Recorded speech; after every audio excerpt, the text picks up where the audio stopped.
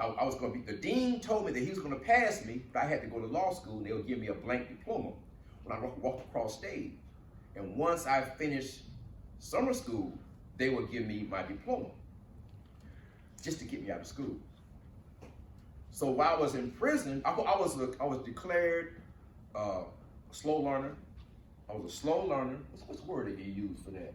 When you're in special ed? Special ed. I was a special ed student. So they had all of us in the same class, you know, and they really didn't care about us when we in there. All we did is I was the class clown. We told jokes all day, put thumbtacks in teachers' chair, all the stereotypes, we did all of that. Yeah, teacher turned their back. We don't took the eraser. Well, that's the eraser.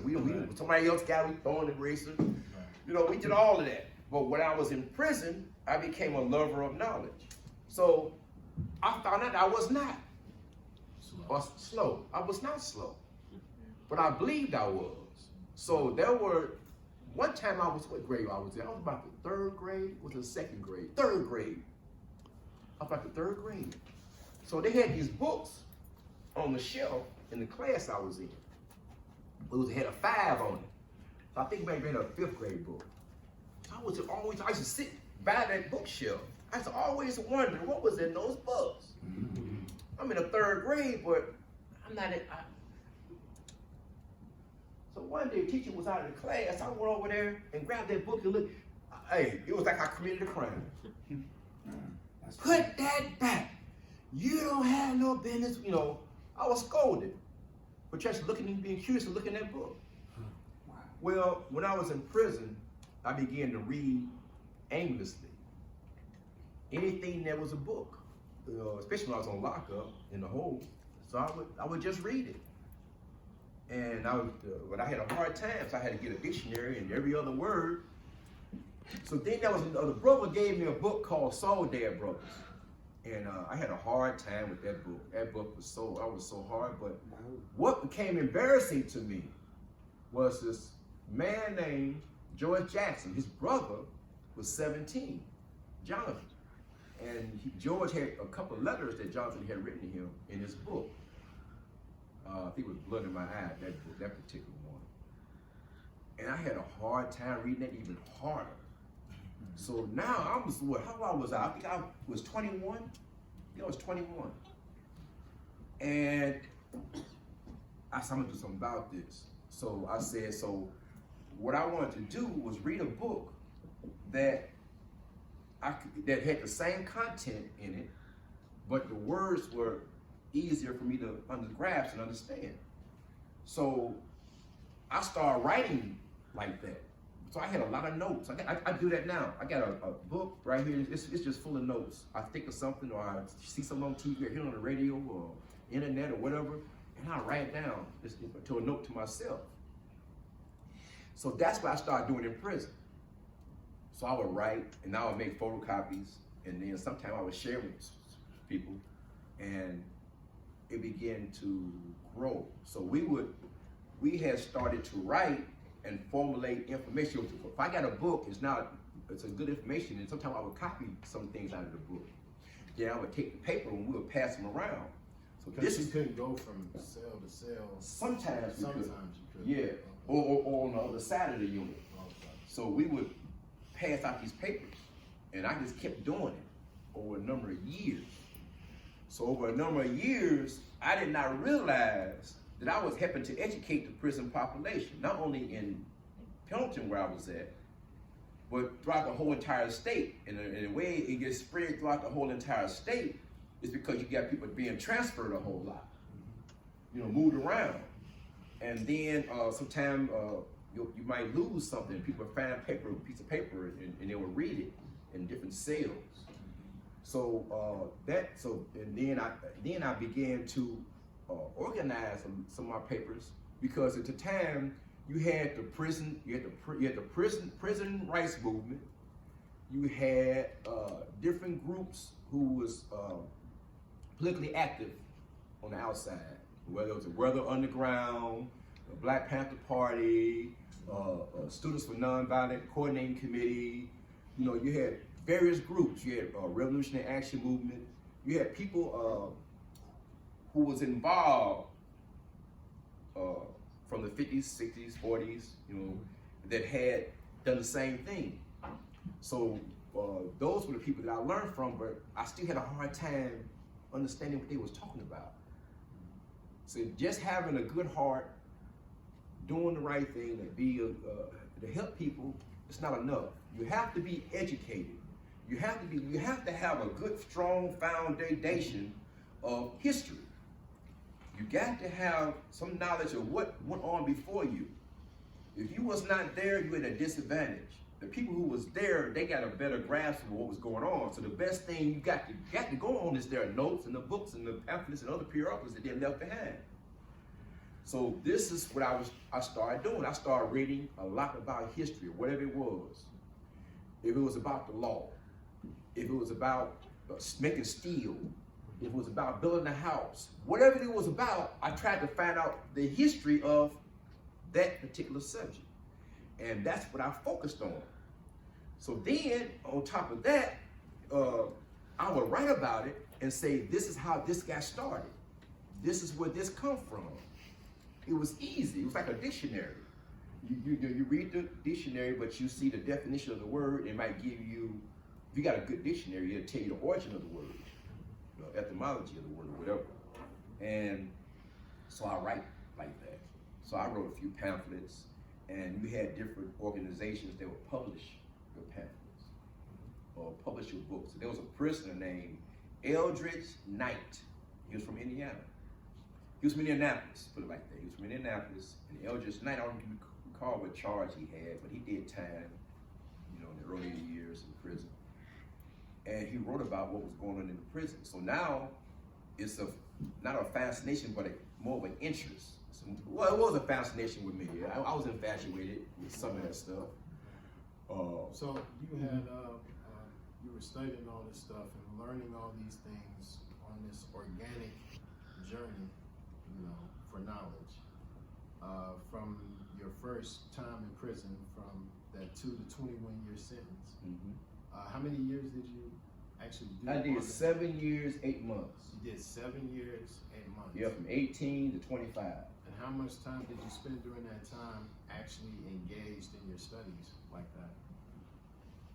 Well, started from 1973.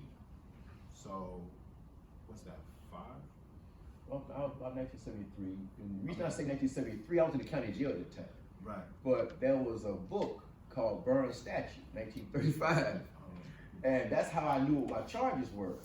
Because there was a man who it was passing it from cell block to cell block with one book. It was nothing, no rules of the court, no nothing, just one book. I don't know. I said, law book, wow, is that the way out of here? They said, yeah. So I got a chance to read it. And this one brother that was in the cell blocks with me, I didn't know he was trying to you know, play some funnies with me. I didn't know, but he did not want me to read that book. He told me, you don't read that book. You don't know nothing about that book. You don't need to read that book. I started losing respect for him because now he's trying to keep me from learning something. Right. But then somebody else told me, don't listen to him, you know. But I didn't get much out of it. All I was reading, what got out of it, what my charges carry, and then they had a law on the books at that time called the Minor Sentencing Act.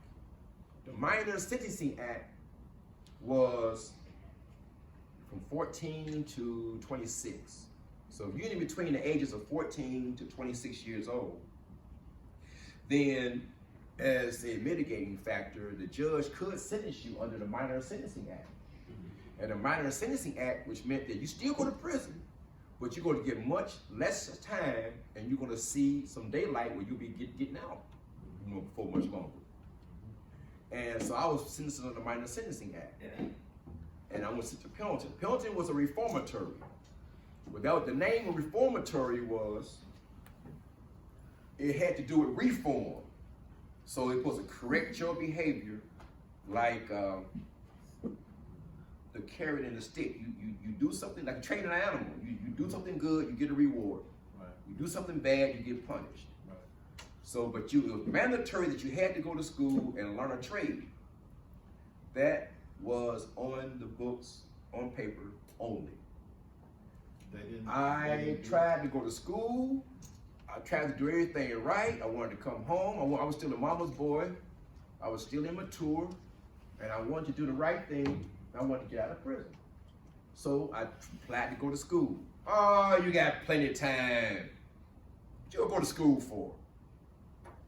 Who told you that? That's my counselor told me. That's what you Yeah. So I did not go to school right away. I didn't get in school until late 1975. Either 1975 or early 1976. I think it was 1975, I think. I was able to get into, it had, the time is called ABE, Adult Basic Education. And you had to go through that, and then you go through the pre-GED, then you go through the GED, then you take the test. So I never did finish school while I was in prison. I ended up catching a case in prison from fighting and battery on a guard. So I was taken to outside court in Madison County, Indiana. And I thought my world was ended. I'm like, oh, I'm not gonna never get out of prison. I'm too young. What am I gonna do now? So I was writing letters, so some lawyers from legal service organization, they didn't take criminal cases, they did civil cases. But I was able to establish a relationship with them because I was a witness on a whole lot of stuff.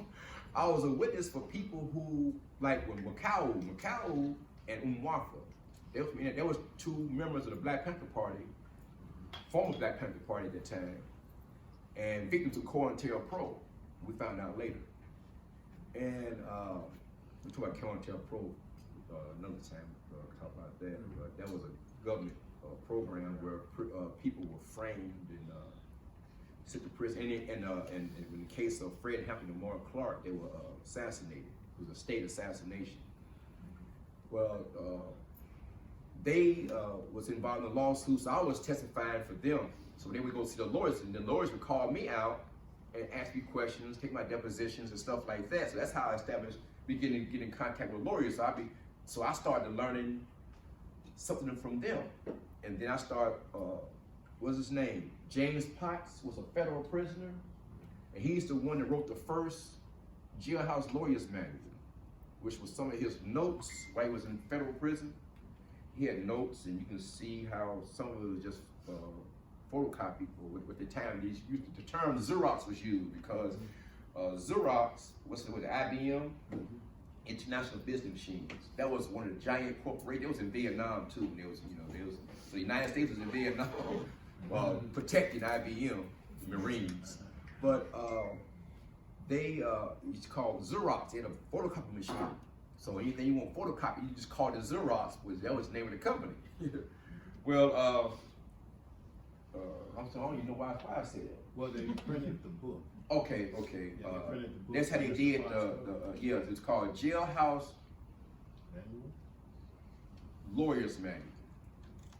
Jailhouse Lawyers Manual. That's what it's called, a little green book. So he was documenting the proper way to carry out to arm the prisoners with information that they can comprehend, to learn how to fight for your own rights, do something to fight for your rights. Was there a law library? That was a law library, but we didn't have a right to it. You didn't have access. It was just a room about the size of a little larger than the bathroom. Right. That was the law library, and that's a big one. Yes. Most of them, if they have one, most of them have. Some. I've been in places where you have to.